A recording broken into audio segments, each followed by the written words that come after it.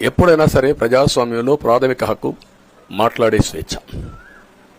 ఆ స్వేచ్ఛనే కోల్పోవాల్సి వచ్చింది. అదే కాదు, బ్రతికే స్వేచ్ఛ, ఆస్తులు పెట్టుకునే స్వేచ్ఛ, ఇవన్నీ కోల్పోయే పరిస్థితి వచ్చింది. అందుకే మీరు చూస్తే మొన్న ఎలక్షన్లో సరే ఏ విధంగా మేమందరం కలిసాం అవన్నీ మాకంటే ముందు మీకే తెలుసు. కలిసినప్పుడు ఎవ్రీ ఈవెంట్ ఇవి వేదిక నుంచే ప్రారంభించాం. అక్కడి నుంచి ముందుకెళ్ళాం. ఆ రోజు చెప్పాం, ఈ రోజు ఒకటి చెప్తున్నాం. మా ఆలోచన ప్రజలు గెలవాలి, రాష్ట్రం నిలబడాలి. అంతవరకు సాధించగలిగాం. 55.38% ఓట్లు పడ్డాయి. దీంట్లో తెలుగుదేశానికి 45.60% పడ్డాయి. వైసీపీకి 39.37% పడ్డాయి. ఇది ఊహించినటువంటి ఒక్కొక్కసారి 95,000 మెజారిటీ. ఒకప్పుడు నేను చార్మినార్ ఎగ్జాంపుల్ చెప్పేవాడిని. చార్మినార్ అంటే అక్కడ ఎంఐఎం కంచుకోట, అక్కడ ఎప్పుడూ ఎక్కువ ఓట్లు వచ్చేటివి. ఆ తర్వాత కుప్పం, సిద్దిపేట పోటీ పడేటి.